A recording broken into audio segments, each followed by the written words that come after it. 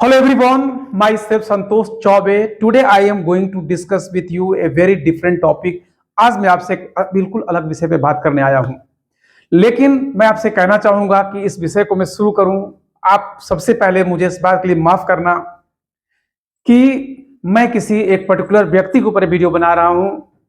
मैं आपसे कहना चाहता हूं कि मेरा संबंध किसी राजनीतिक पार्टी से नहीं है। जो राजनीतिक पार्टी, जो व्यक्ति भारत के लिए, हम सब के लिए अच्छा करेगा, मैं उसके साथ खड़ा हूं।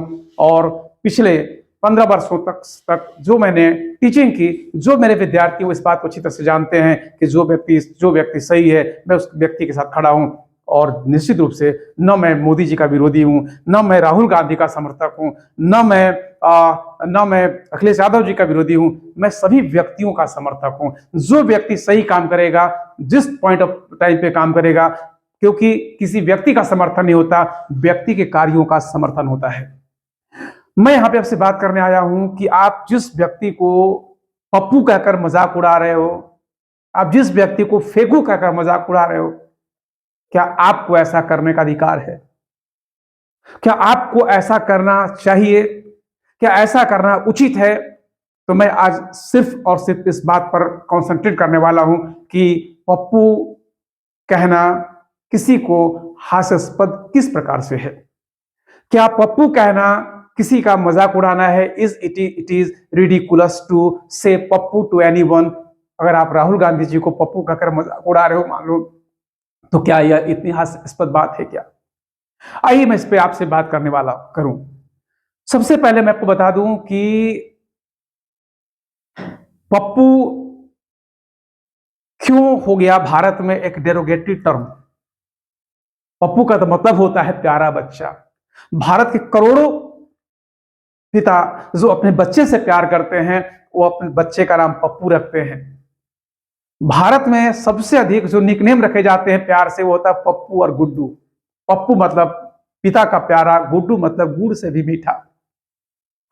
ऐसे प्यारे पिता के बच्चे के नाम का आप मजाक उड़ाओगे, तो आप ये समझो उन करोड़ों पिता जिन्होंने अपने बच्चे का नाम पप्पू रखा है, उनके दिल पर क्या गुजरती होगी। लेकिन सवाल यह है कि यह बात कहां से आ गई। भाषाविद परेशान है, भाषाविद जो है वह हैरान है कि आखिर किसी को पप्पू कहकर मजाक उड़ाया जाना कहां तक सेंसिबल है।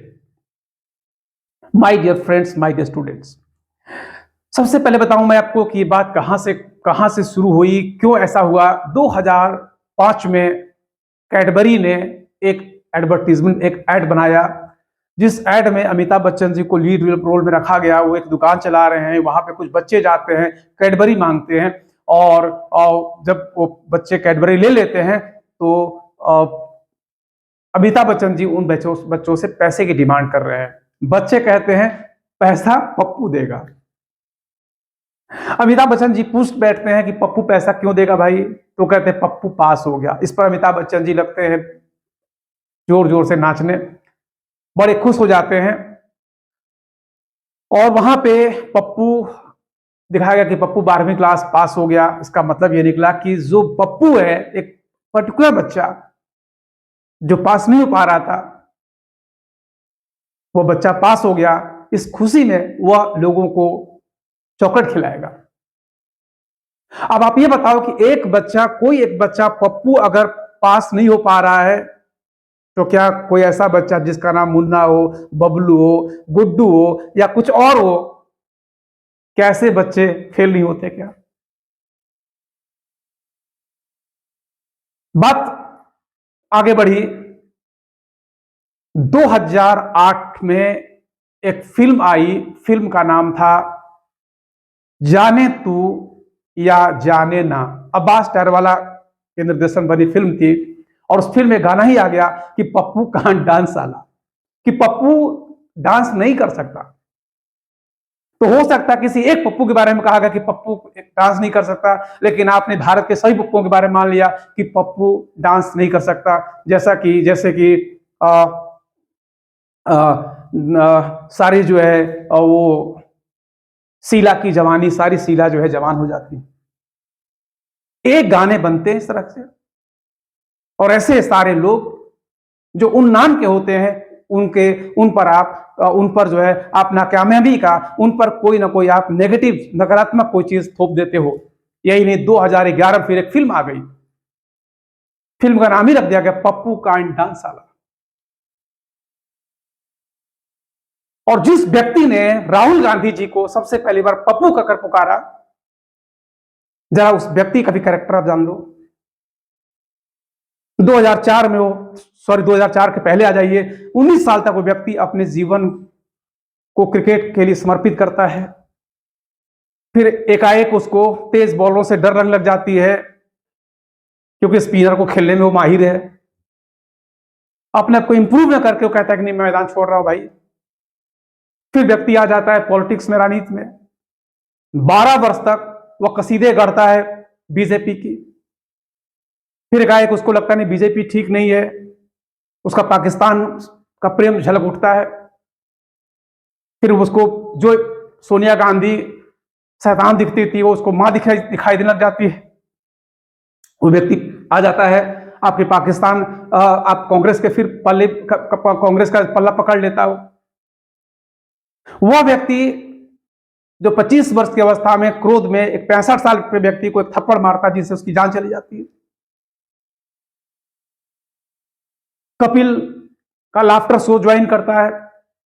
5 साल के बाद वह व्यक्ति उसको छोड़ देता है, फिर 5 साल बाद उसको ज्वाइन कर लेता है। मैं आपसे कहना चाहता हूं, ये व्यक्ति कौन है? ये व्यक्ति है आपको नवजोत सिंह सिद्धू। इन्होंने पहली बार राहुल गांधी को पप्पू कहा था, उसी राहुल गांधी का जिन्होंने अभी दामन थाम लिया। और मैं आपको बताऊं, जिस राहुल गांधी को उन्होंने पप्पू कहा, उस व्यक्ति को भी जान जाओ। 11 वर्ष की अवस्था में अपने आंखों से देखा उन्होंने कि उनकी दादी को 33 गोलियां मारकर भारत में शहीद कर दिया गया।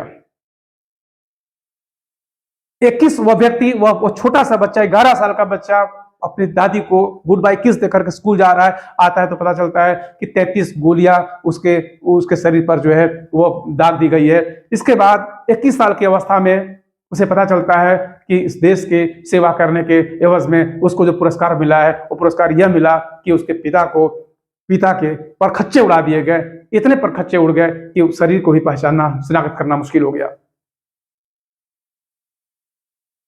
तो उस व्यक्ति को आप पप्पू कह रहे हो, जो दूर स्कूल में पढ़ाई करता है, जिसकी पढ़ाई हार्वर्ड विश्वविद्यालय में होती है, Saint Stephen college Delhi, Harvard विश्वविद्यालय, रॉलिंसन कॉलेज फ्लोरिडा, कैम्ब्रिज विश्वविद्यालय।